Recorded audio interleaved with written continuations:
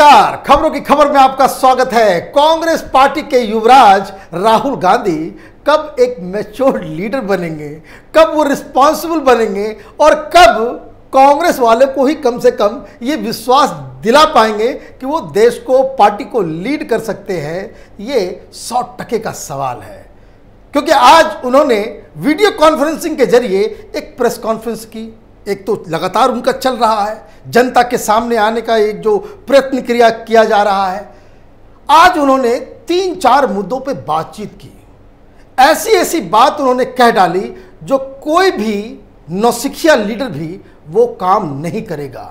मसला चीन को लेकर था, मसला नेपाल को लेकर के था, और तो और मसला महाराष्ट्र में जो लगातार जो कोरोना से जो स्थिति जो विभत्स बनती जा रही है उसके ऊपर था, मजदूरों के फ्लाइट के ऊपर था। और इन्होंने सीधे अपना पल्ला झाड़ लिया महाराष्ट्र से। उन्होंने कहा कि महाराष्ट्र में हम सरकार में जरूर हैं लेकिन हमारी जिम्मेदारी नहीं है। वो शिवसेना जाने, उद्धव ठाकरे जाने, वहां हम डिसीजन मेकर्स नहीं हैं। इन सारी खबरों के पीछे और उन्होंने क्या क्या चुटकुले उन्होंने छोड़े हैं इस बीच में, उस प्रेस कॉन्फ्रेंस के दौरान, उसको जब आप सुनेंगे तो आप भी अपना माथा पीटेंगे। लेकिन इस प्रेस कॉन्फ्रेंस के दौरान एक बहुत ही अजीबोगरीब घटना घटी। किसी ने कहा, सुरजेवाला ने कहा कि ANI के एक रिपोर्टर हैं सिद्धार्थ, जिनको कोरोना हो गया है, और उन्होंने कहा कि हैट्स ऑफ, सुरजेवाला कह रहे हैं कि हैट्स ऑफ टू हिम, कि वो फिर भी अपना काम बखूबी कर रहे हैं। तो राहुल गांधी को ये कहना चाहिए कि भाई आपको उसको तारीफ करनी चाहिए थी, उसको दिलासा देना चाहिए था। लेकिन राहुल गांधी बोलते हैं कि I hope he is not infecting other people. अब ये समझिए ये किस तरह का लीडर है। जो कोई रिपोर्टर अपनी ड्यूटी कर रहा है, कोरोना वॉरियर है, इसके बावजूद वो प्रेस कॉन्फ्रेंस में आ रहा है और इनकी चिंता, जो इनके मुंह से एक शब्द यही निकला कि वो कहीं दूसरे को तो नहीं तुम ये कोरोना वायरस फैला रहे हो। तो ये तो स्थिति है इनकी मनोदशा की। लेकिन बवाल तो तब मच गया, जो आश्चर्यचकित बयान तो तब आया।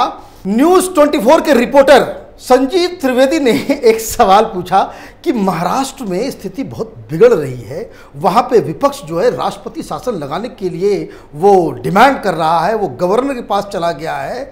बताया जा रहा है, खबर ये भी आ रही है कि जो गठबंधन में जो वो सामंजस्य नहीं बन पा रहा है, शरद पवार नाराज चल रहे हैं कि जिस तरीके से उस पूरे कोरोना की महामारी को हैंडल किया जा रहा है। ऐसे में कांग्रेस पार्टी इसमें क्यों नहीं उसमें हस्तक्षेप करती, या कुछ उसमें जो आप आइडिया दे रहे हैं मोदी सरकार को, तो वहां आप अपना अकल क्यों नहीं लगाते। अब इस सवाल के जवाब में राहुल गांधी ने साफ साफ कह दिया कि महाराष्ट्र से उन्हें कुछ लेना देना नहीं है। कांग्रेस पार्टी को महाराष्ट्र में जो लोगों की मौत हो रही है, जो मजदूरों को भगाया जा रहा है, उससे कांग्रेस पार्टी का कोई लेना देना नहीं है। दलील उन्होंने क्या दी? उन्होंने दलील ये दी कि ये जो महाराष्ट्र में जो सरकार चल रही है, हम सरकार में जरूर हैं लेकिन हम कोई फैसला लेने वाले पोजीशन में नहीं हैं। मतलब ये कि हम मंत्रालय में हैं, सरकार में हैं, सत्ता का सुख भोग रहे हैं, मलाई खा रहे हैं, लेकिन जो वहाँ पे जो परेशानी हो रही है उसके हम भागीदार नहीं हैं, उसमें हमारा कोई हिस्सा नहीं है। और तो और सबसे मज़ेदार बात सुनिए कि ये बात एक और रिपोर्टर मंजरी जी हैं नवभारत टाइम्स की, उन्होंने भी कहा कि गुजरात में भी स्थिति खराब है महाराष्ट्र की जैसी, लेकिन महाराष्ट्र में जो विपक्ष है इतना ज़्यादा एक्टिव है कि वो राष्ट्रपति शासन लगाने की बात कर रहा है, सरकार को कटघरे में घेर रहा है। लेकिन कांग्रेस पार्टी का जो विपक्ष गुजरात के अंदर में है, ये सो रही है। ये क्यों इतना लुंज पुंज तरीके से वहाँ पे विपक्ष अपना रोल अदा कर रही है?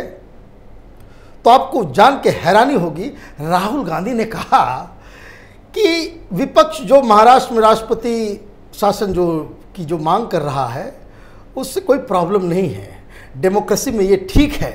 अब आप समझिए ये किस तरह के लीडर हैं जो अपने ही सरकार के खिलाफ राष्ट्रपति शासन की मांग को डेमोक्रेटिक और जायज बता रहे हैं।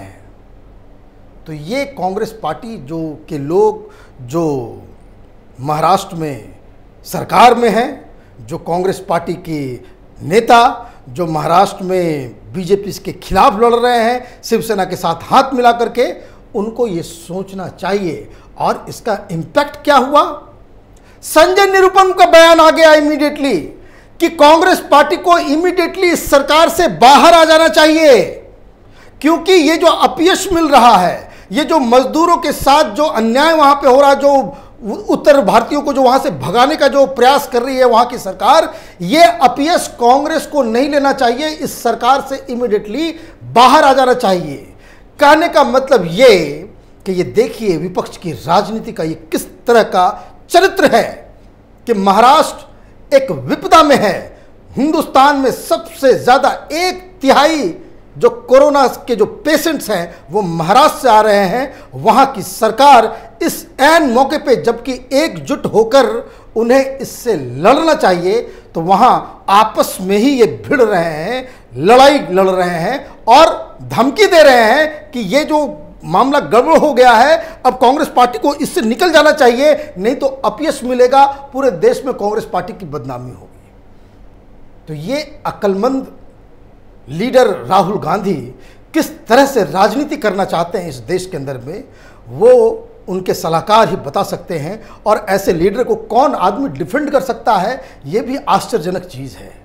दूसरा सवाल जो इस प्रेस कॉन्फ्रेंस में बड़ी ही, इसको कह सकते हैं कि इसमें तो राहुल गांधी ने बता दिया कि वो देश के को लीड करने के लायक ही नहीं है। उनसे पूछा गया कि एक तो कोरोना का प्रॉब्लम चल रहा है, दूसरा प्रॉब्लम जो है वो चीन और नेपाल का है। बॉर्डर के ऊपर वहाँ पे चीन के साथ जो है कसमकश चल रहा है, रोज़ कुछ न कुछ वहाँ हो रही है, वहाँ पे गतिविधियाँ जो है वो तेज़ी से बदल रही हैं। नेपाल ने एक अलग मैप बना दिया है। इस पे आपकी क्या राय है? अब सुनिए, पिछली बार तो ये पूरे प्रेस कॉन्फ्रेंस में स्ट्रेटजिकली वर्ड को 36 बार इन्होंने कहा था कि सरकार को स्ट्रेटजिकली सारा कुछ करना चाहिए, सारा कुछ स्ट्रेटजिकली करना चाहिए। लेकिन जब ये पूछा गया तो आज उन्होंने कहा कि ट्रांसपेरेंसी होनी चाहिए।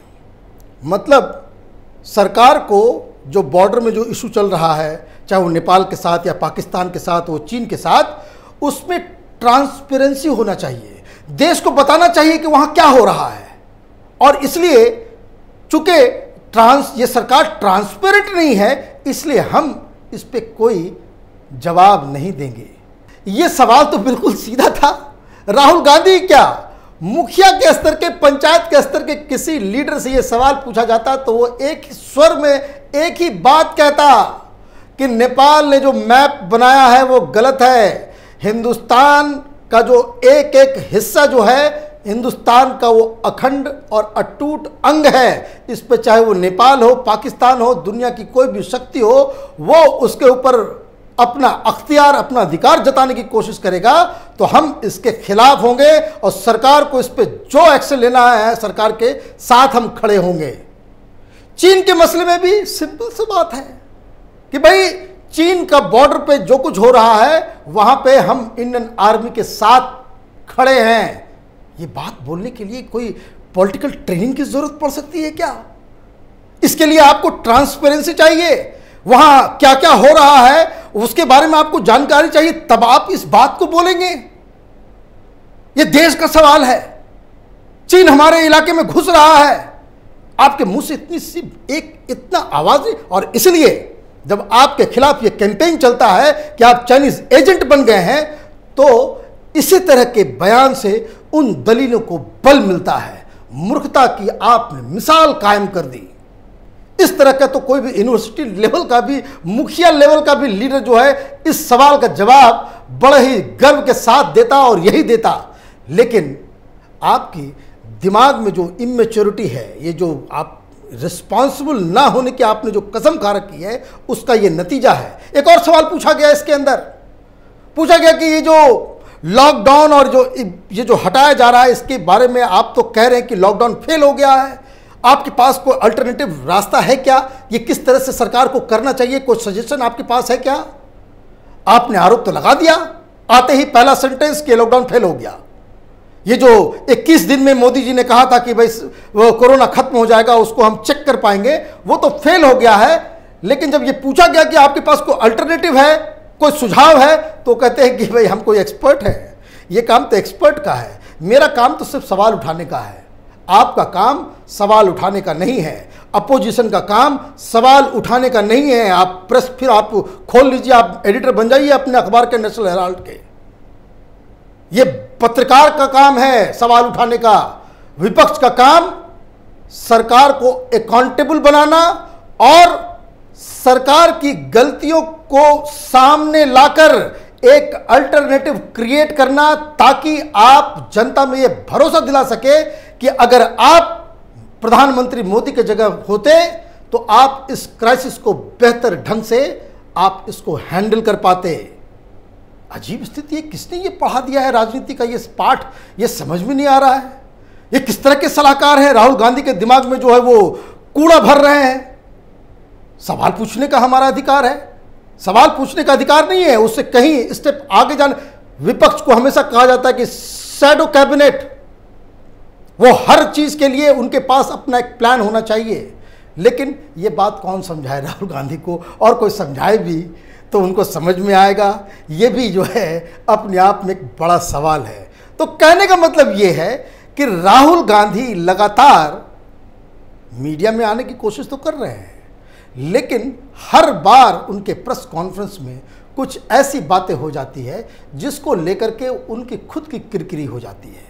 अब किसी ने पूछ दिया कि भाई आप ये जो फिल्म बना रहे हो, ये जो मजदूरों के साथ बैठ करके वो ड्रामा करने की क्या ज़रूरत थी?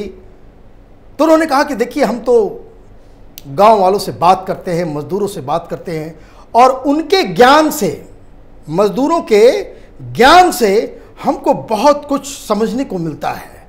तो मजदूरों से आप ज्ञान लेते हैं, बड़ी अच्छी बात है, लेना चाहिए। आप 50 साल से उम्र जो है वो पहुंच गया है, और जब आप शुरू में जब स्टूडेंट माने जब यूथ लीडर हुआ करते थे, तब से ये डायलॉग जो है कांग्रेस पार्टी देश को चिपकाते रहती थी कि भाई राहुल गांधी सीख रहे हैं, सीख रहे हैं। अब कब तक सीखते रहेंगे ये समझ में नहीं आ रहा। तो उन्होंने एक बहुत ही इमोशनल बात कह दी कि भाई जब लोग कहते हैं कि हम बिल्कुल असहाय हो गए हैं, लोग कहते हैं कि भाई हमारा विश्वास उठ गया है, तो हमें बड़ा दर्द होता है।